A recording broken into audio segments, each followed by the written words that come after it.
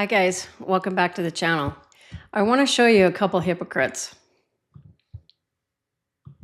I'd like to call the attention of our colleagues to this chart on the status quo that the business community is asking each and every one of us to endorse today.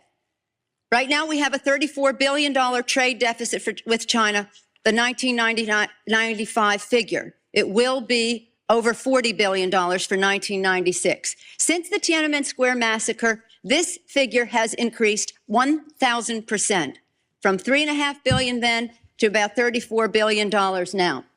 In terms of tariffs, I think it's interesting to note that the average U.S. MFN tariff on Chinese goods coming into the United States is 2%, whereas the average Chinese MFN tariff on U.S. goods going into China is 35%. Is that reciprocal?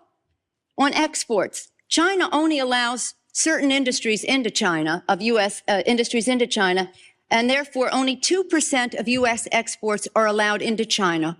On the other hand, the U.S. allows China to flood our markets with a third of their exports, and that'll probably go over 40%. And it's limitless because we have not placed any restriction. To the Chinese, enough already. It says to the Chinese that their unfair trade policies have got to end.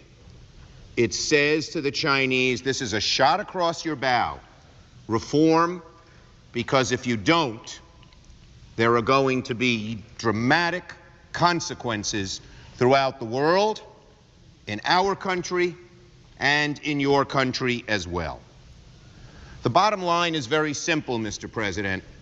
The Chinese have enjoyed a huge trade surplus with the United States, as this chart shows. Every year, it gets larger and larger and larger. Admittedly, some of that trade surplus is due to the rules of free trade. But much of that trade surplus is because the Chinese don't play fair. What a surprise. It's not a surprise to me that those two in the past are talking like Trump, because China has been raking us over the coals for decades. What was that, 96 and 2005? So I kind of wanted to talk about how China is reacting to Trump putting these huge tariffs on them. You know, it's started out small, then they decided they want to retaliate against us, so Trump puts more on them. Now they're putting more on us, and up and up and up. But let me show you an article. China on increased Trump tariffs. U.S. must show respect for any talks. Leaders in Beijing say they will not buckle under President Trump's heightened tariffs on Chinese imports, signaling a willingness to escalate the trade war if potential negotiations are not done with respect. The Trump administration issued a 90-day pause on tariffs for most foreign trading partners on Wednesday, with the exception of China. Instead, Trump criticized the Chinese government for imposing retaliatory measures on the U.S. after the White House's latest tariffs went into effect. In return, the president increased import taxes on China to 125%. I think by the time this video comes out, it's up to 145%. Despite vowing to keep the fight, China's foreign ministry on Thursday said the country is open to talks to mitigate the tariffs, but noted that any negotiations must be done in a manner of respect for both parties. Is China kidding? Are they crazy? Yeah, I agree. Let me rephrase that. I agree. There needs to be some respect in these negotiations, but it needs to come from China to the U.S. and to President Trump. So, you know, the other countries that got reciprocal tariffs on them, what did they do? They started ringing the phone off the hook at the White House. They all want to make deals. Trump is very willing to talk and negotiate and make deals. He's just trying to get the best scenario for the United States. So what does he do? He puts a 90-day pause till he can negotiate with all of these countries. There's so many, it's gonna take a few minutes to get it all settled. But what does China do? They get vindictive. They start putting reciprocal tariffs on us higher, and then Trump goes higher on them, and back and forth, and now they want respect. Now, I like what Kevin O'Leary was saying, that he thinks we should just jam a 400% tariff on China.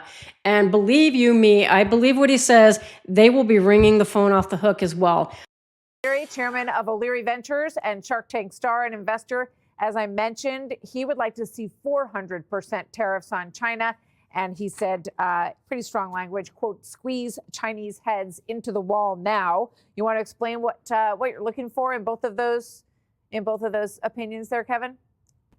In the case of China, it's not just tariffs. It's not just a trade war. It's time after decades, ever since they joined the WTO in 2000, they have not abided by the rules and regulations. They have never, ever been compliant.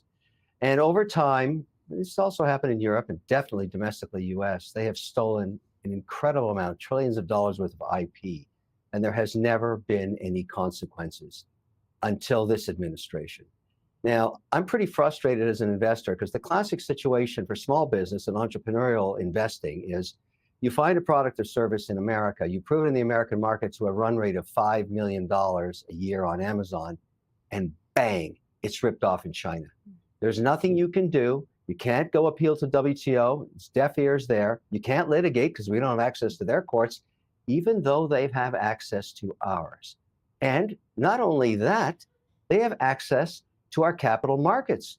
We let them list companies here. So I have to compete with a Chinese company that is not compliant with GAAP, that completely ignore the regulator, raise money when I have to compete on a basis where I have to be compliant, spend millions of dollars in compliance, and make sure that the SEC and all the other regulatory bodies are okay with my issuance, but not the Chinese. So why? You know, I really never considered how bad the deal was with China. I never thought about it. I mean, of course, everybody knows everything you look at, it's made in China. Everything's made in China. But I never realized how terrible it was that they were ripping off American companies, making a product that's cheaper to put them in a better position to undersell our companies, and pretty much put some of them out of business. I really never understood that. I guess I never really thought about it. But it's really shameful that the United States has let us get to this point where we have been so taken advantage of. And you can see in past years, they gave it lip service. Hey, we need to do something about China. Hey, everything's unfair. The trade is unfair. But nobody ever did anything about it until Trump. And he's been getting a lot of flack from the mainstream media. I just want to see China get put in their place. The other thing that I think, I don't know if people are going to disagree with me, but I also think that Trump should make a law, or we should do something in this country about China coming over here and buying our land, buying businesses. I mean, they are our enemy, and we have considered them our enemy for decades, and yet we let them come over here and buy our farmlands. I really like that Sarah Huckabee in Arkansas, she made a law saying they cannot own farmland anymore. I believe they also did that in North Carolina. They kicked them out of there too, of owning farmland. It only makes sense to me. I don't know why we would let an enemy country come in and buy so much of our country, buy our farms that obviously are making food for our people and other people. Now take a listen to Senator Ashley Moody. What I think has leaders from both parties struggle with, just like the American public struggles with, is understanding exactly how China and the Chinese government is operating to undermine American interests and, I believe, American strength and security. In fact, I just launched a bill and sponsored a bill, one of my first, which was sadly to not issue visas to Chinese nationals that want to come here on student visas, because over the past few years, we have had to arrest so many Chinese nationals here on visas that were sneaking onto our military bases, taking pictures. It's happened in the state of Florida. And it should be no surprise, if anybody was following it, that China passed laws just before the Biden administration. The first one was all Chinese nationals had to cooperate with matters of national security. And if you were a Chinese national, you had to participate with intelligence gathering or face consequences. So why we are issuing visas to Chinese nationals that are coming over here makes no sense. We're inviting agents of the CCP into our country when they are obligated by law to gather intelligence. It just kills me how we have been so foolish for so many years, letting China come in here, buy up our properties, buy up businesses, send in spies, give us unfair trade practices. I mean, it's about time that something is done about China. And now they're threatening to not allow our movie industry into their country. And this is what Trump had to say about it. Retaliated today by reducing the number of American films that can be shown there. What's your reaction to them now targeting cultural exports from the United States? I think I've heard of worse things. I just think that is totally hilarious. But anyway, I am in favor of everything that Trump is doing. I know the market is still volatile. The market's still reacting to these tariffs. But I truly believe in the end, we are going to come out on top.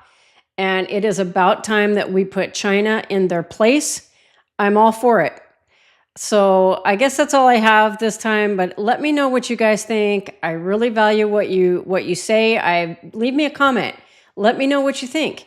Am I way off base? Do you agree? Do you agree with President Trump? I'd love to hear from you. And I'll see you on the next one. Take care.